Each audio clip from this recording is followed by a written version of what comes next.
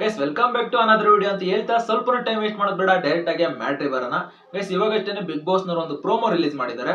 So ಆ promo ನೋಡಿದ್ಮೇಲೆ ನನ್ಗನ್ಸಿದ್ದು ಒಂದೇ, ಬಿಗ್ ಬಾಸ್ ನವರು ಮುಂಚೆ ಹೇಳಿರೋ ತರ this season is the full unexpected ಅಂತ. ಅದೇ ತರನೇ ನಿನ್ನೆ ಮೊನ್ನೆ ಒಂಥರ ಟ್ವಿಸ್ಟ್ ಕೊಟ್ಟಿದ್ರು, ಇವತ್ತು ಸೀಕ್ರೆಟ್ ಟ್ವಿಸ್ಟ್ ಕೊಡ್ತಿದ್ದಾರೆ. ಅಂಡ್ ಈ ಪ್ರೋಮೋ ನೋಡಿದ್ಮೇಲೆ ನನಗೆ ಇನ್ನೊಂದು ಅನಿಸ್ತು, ನಾವೆಲ್ಲರೂ ಈ ಪ್ರೋಮೋದಲ್ಲಿರೋ ಒಂದು ಮೆಸೇಜ್ ನ ಅಪ್ಲೈ ಮಾಡ್ಕೊಂಡ್ರೆ ಲೈಫಲ್ಲಿ ತುಂಬಾ ಬೆಳಿತೀವಿ ಗುರು. ಆ ಪ್ರೋಮೋ ಏನಂತ ಒಂದ್ಸಲ ಹಾಕ್ತೀನಿ, ನೀವು ನೋಡ್ಕೊಂಡ್ ಬನ್ನಿ. 2 ಬಾರಿ ಈಗಾಗಲೇ ತಂಡ ಸೋತಿದೆ, 3ನೇ ಬಾರಿಯೂ ಸೋಲ್ಸಿದ್ರೆ ನೀವು ಗೆಲ್ತೀರಿ. ಬಿಗ್ ಬಾಸ್ ನಮ್ಮ ತಂಡವನ್ನ ನಾವು ಸೋಲಿಸ್ತೀವಿ.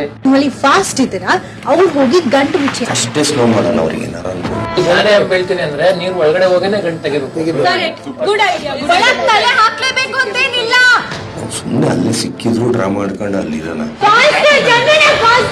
ಬಿಗ್ ಬಾಸ್ ಇಂದು ರಾತ್ರಿ 9:30ಕ್ಕೆ. ಗೈಸ್ ಈ ಪ್ರೋಮೋ ನೋಡಿದ್ಮೇಲೆ ಏನ್ ಅನಿಸ್ತು ಕಾಮೆಂಟ್ ಮಾಡಿ, ನಾನು ನೋಡ್ತೀನಿ. ಅಂಡ್ ಇನ್ನೊಂದು ವಿಚಾರ, ಬಿಗ್ ಬಾಸ್ ಮನೆ ಒಳಗಡೆ ಹೋಗೋಕ್ಕೂ ಮುಂಚೆನೆ ಪ್ರತಿಯೊಬ್ಬರು ಡಿಸೈಡ್ ಆಗೋಗಿರ್ತಾರೆ, ಗೆದ್ರೆ ನಾವೇ ಗೆಲ್ಬೇಕು, ಟ್ರೋಫಿ ಹೊಡೆದ್ರೆ ನಾವೇ ಹೊಡಿಬೇಕು ಅಂತ.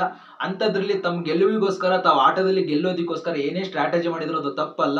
ಯಾಕಪ್ಪ ಅಂದ್ರೆ ಬಿಗ್ ಬಾಸ್ ಅಂತ ಮನೆಯಲ್ಲಿ ಸ್ಟ್ರಾಟಜಿ ಮಾಡಿಲ್ಲ ಅಂದ್ರೆ ಉಳ್ಕೊಳ್ಳೋದೇ ಕಷ್ಟ. ಅಂಡ್ ಇನ್ನೊಂದು ಮಾತು, ಪಕ್ಕದಲ್ಲಿರೋನು ಆಡ್ತಿರೋದು ಗೆಲ್ಲೋದಕ್ಕೋಸ್ಕರ ಆಗಿದ್ದಾಗ ನಾವು ನಿನ್ ಗೆಲ್ಲು ಗುರು, ನಾವ್ ಹಂಗೆ ಮನೆಗೆ ಹೋಗ್ಬಿಡ್ತೀವಿ ಅಂತ ಬಿಟ್ಕೊಡಕ್ ಆಗುತ್ತಾ? ಸೊ ಏನೇ ಆಗಿರ್ಲಿ ಗುರು, ಸ್ಟ್ರಾಟಜಿ ಯಾರು ಕೊಡ್ತಾರೋ ಅಥವಾ ನಾವೇ ಸ್ಟ್ರಾಟಜಿ ಮಾಡ್ತಾವ ಅನ್ನೋದು ಮುಖ್ಯ ಅಲ್ಲ, ನಾವು ಗೆಲ್ತೀವಿ ಅನ್ನೋದು ಮುಖ್ಯ. ಅಂಡ್ ಈ ಪ್ರೋಮೋದಲ್ಲಿ ನೀವು ಅಬ್ಸರ್ವ್ ಮಾಡಿದ್ರೆ ನಮ್ಮ ಲೈಫಿಗೆ ಒಂದು ಒಳ್ಳೆ ಮೆಸೇಜ್ ಇದೆ, ಅದನ್ನೆಲ್ಲರೂ ಅಲ್ಲೇ ಐಡೆಂಟಿಫೈ ಮಾಡಿ ತಗೊಂಡಿರ್ತೀರ ಅಂತ ನಾನು ಅನ್ಕೊಂಡಿದ್ದೀನಿ.